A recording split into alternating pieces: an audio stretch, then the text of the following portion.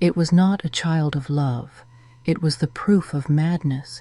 Young Alara Mills carried the result of whispers from a desert prophet. Hunted by her own father, a cult leader, to complete a twisted ritual, she ran. In the dark of the night, with her breath gone and her pain absolute, a strange man found her, and when he lifted her dress, he froze in horror at the shocking secret he discovered. Alara Mills was not carrying a child of love. She was carrying the proof of her father's madness. Elias Mills believed the whispers of a desert prophet. He became convinced that only the blood of his own daughter could make the ritual pure. He locked her away like livestock. He condemned her to a nightmare no daughter should ever endure. Every night her cries shook the walls of that place. Every morning the cult women washed the floors as if pain could be scrubbed away. By the time she reached 6 months pregnant, Alara no longer begged for mercy. She prayed only for one thing: escape. The Nevada sun was cruel, and the sandstone cliffs of the broken lands rose like watchtowers around her. One night, when the guards drank themselves into a stupor, she slipped through a broken corral fence. Her dress was torn and filthy. Her swollen belly made every step torture. Bare feet split open on sharp rock. Her breath came in broken sobs. The desert dogs barked in the distance. Somewhere behind her, torches flickered in the dark, but she kept running. She ran until her vision turned white. She ran until the world tilted sideways. When she fell, her hands clutched her belly as if she could shield the unborn child. Her lips parted in a whisper. "It hurts. Inside, too." That was when the sound of hooves broke the silence. A horse's shadow loomed above her. Bootsteps pressed into the dry grass. Caleb Thorne was a rancher who had lived 53 years with more ghosts than friends. He had buried his wife a decade ago and since then spoke more to the land than to people, but nothing in all those years had prepared him for what he saw that day. A young woman lay collapsed by his fence. Blood stained her thighs. Her hair clung to her tear-soaked face. Her eyes struggled to stay open, but the pain dragged her down. Caleb dropped to one knee. His weathered hands brushed aside the torn fabric to find the source of her wound, and he froze. On the curve of her belly, a symbol was carved deep into the skin. It was the mark of a knife, the work of someone who believed in madness more than God. The girl groaned again. Her words were broken, but they stabbed deeper than any bullet. "It hurts. Inside, too." Caleb gathered her into his arms. The desert wind carried only silence, but silence in the west was never to be trusted. Somewhere out there a father was hunting for his daughter. And when that father came here, how far would he go to take her back? Caleb carried Alara into his cabin. The old boards creaked under his boots as he laid her on the only bed he had. She was pale, lips dry, and breathing shallow. For a moment, he thought he might lose her right there. He fetched a bowl of water, cleaned the dirt from her wounds, and wrapped her belly with strips of cloth. The mark on her skin made his stomach twist. He had branded cattle in his time, but never had he seen a man do that to his own child. Alara stirred in her sleep. Her hand reached out, gripping his wrist like she was drowning. When her eyes opened, they were filled with fear, but also something else: hope. She whispered, almost ashamed of the truth spilling out, "My father did this, Elias Mills." Caleb froze. He knew that name. Everyone in Summit Creek knew it. Elias was a respected ranch owner once, before he fell under the sway of a preacher who claimed to hear God in the desert wind. Caleb shook his head. He could not believe a man would do such things to his own blood, but Alara's voice was steady. He said my child would be born pure, because it is both his seed and his blood. He said the ritual would bring rain back to the valley. Tears streaked her face, but she forced a bitter laugh. Rain. He gave up his soul for a storm that never came.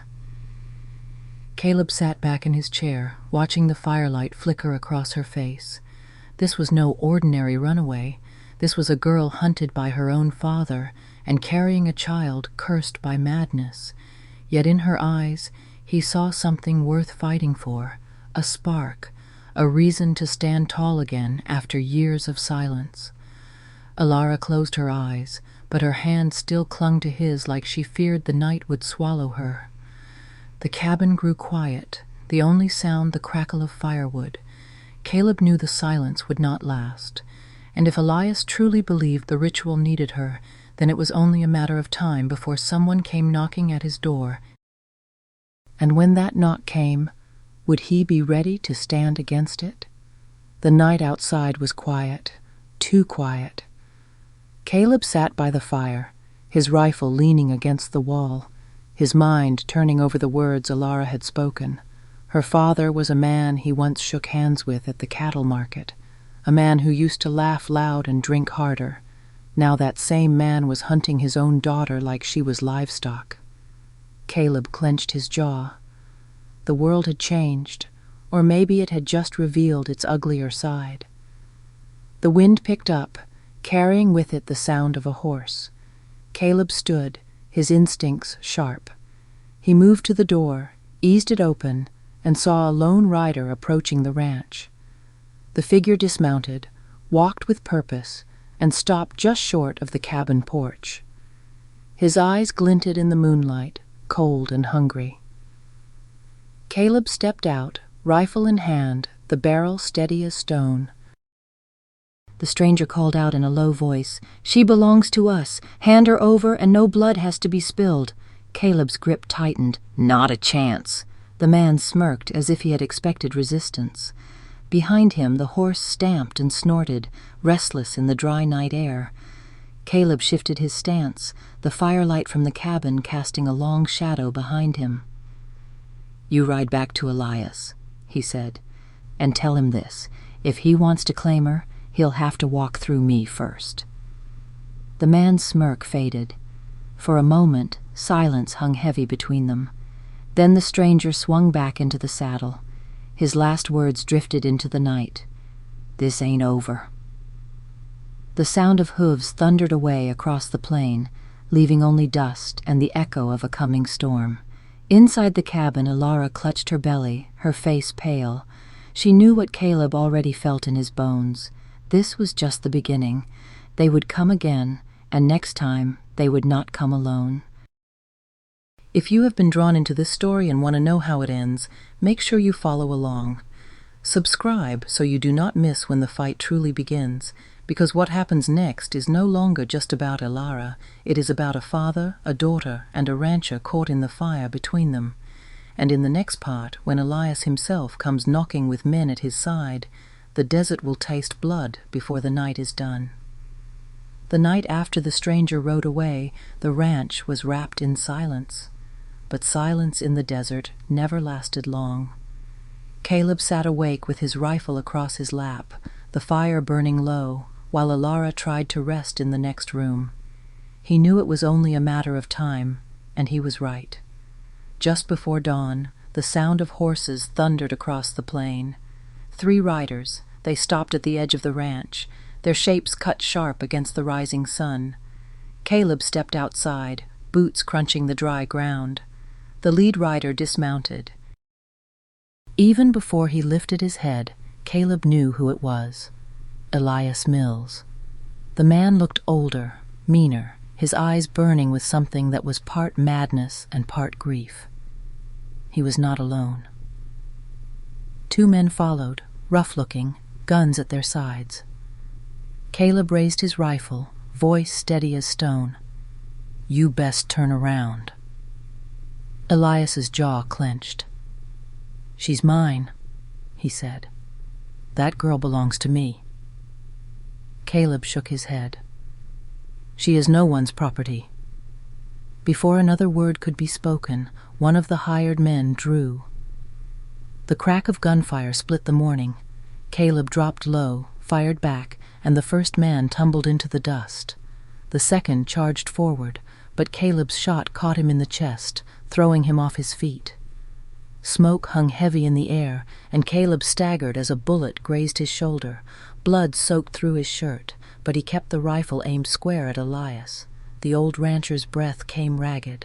One squeeze of the trigger, and it would all be over. Elias froze, eyes wide. For the first time, the fire in his stare flickered.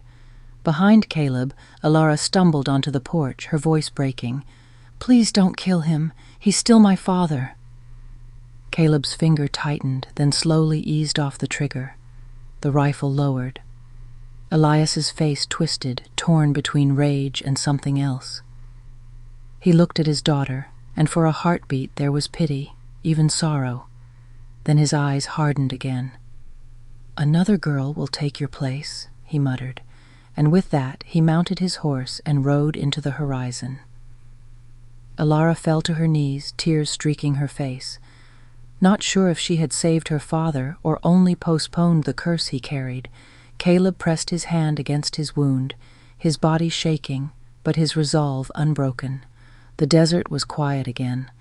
But in that quiet, a new question rose. If Elias would not stop, how could Alara and her unborn child ever be safe? The gun smoke faded, and the desert returned to silence. Caleb's shoulder burned, but he kept standing. Elias was gone, leaving only dust in his wake.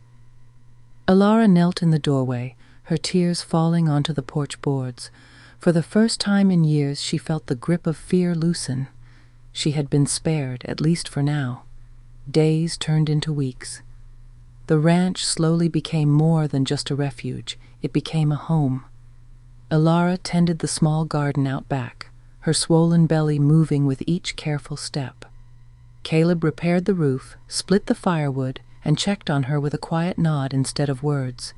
They were two broken souls, stitched together by circumstance. Yet in the quiet rhythm of work and rest, something new began to grow. One night, the cries of new life filled the cabin. Alara gave birth to a baby girl, small and fragile, but strong enough to let out a sharp cry that echoed through the valley. She named her Hope. Caleb held the newborn for a moment, the tiny fingers curling around his calloused hand. A man who thought his best years were behind him suddenly felt something stir inside. It was not just duty, it was love. Alara smiled through her tears. "Inside does not hurt anymore," she whispered, and Caleb believed her. The scars would never vanish, but healing had begun. This story leaves us with questions that reach beyond the desert. How far should a father go before he is no longer a father at all? Can broken people truly find peace when the past still lingers on the horizon? And when life gives us pain so deep it marks us inside, how do we choose hope instead of despair? Alara and Caleb found their answer in each other. They built a life from ashes, and maybe that is the lesson for us. That even in the harshest land with the heaviest burdens, love and courage can still take root. If this story moved you, let it remind you that hope can survive anywhere. And if you want to walk with us through more tales of the Old West, full of pain, justice, and redemption, make sure to like this video and subscribe to the channel. Because each story carries a piece of history, and each question it leaves behind is one we must answer together. So tell me, if you were in Caleb's boots, would you have pulled the trigger? And if you were Alara, could you ever forgive?